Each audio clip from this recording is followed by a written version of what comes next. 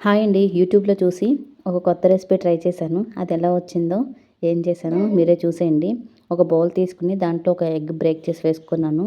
తర్వాత దాంట్లో బియ్యం పిండి, ఉల్లిపాయలు, పచ్చిమిర్చి, జీలకర్ర, సాల్టు, కొంచెం క్యారెట్ వేసుకొని కొంచెం కొంచెం వాటర్ వేసుకుంటూ బాగా మిక్స్ చేసుకోవాలి. మరీ లూజ్గా కాకుండా ఈ విధంగా ప్రిపేర్ చేసుకొని ఒక 20 మినిట్స్ ఫ్రిడ్జ్లో పెట్టుకోవాలి. 20 మినిట్స్ తర్వాత ఫ్రిడ్జ్లోంచి తీసి ఈ విధంగా గారెల షేప్లో ఈ విధంగా ఒత్తుకొని వేడి వేడి ఆయిల్లో ఈ విధంగా డీప్ ఫ్రై చేసుకోవాలి. చేసుకున్న తర్వాత చూడండి ఈ విధంగా వచ్చింది. నేను యూట్యూబ్లో చూసి చేశానండి ఈ రెసిపీ. ఈసారి అయితే ఈ రెసిపీ అయితే ఫెయిల్ అయిపోయింది.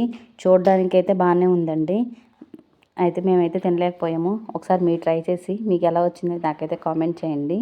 మా పిల్లలైతే బాగానే తిన్నారు. నేను మా హస్బెండ్ అయితే తినలేము. వాళ్ళకైతే బాగా నచ్చింది. ఉండడానికి సాఫ్ట్గా పైన క్రిస్పీగా చాలా బాగా వచ్చింది.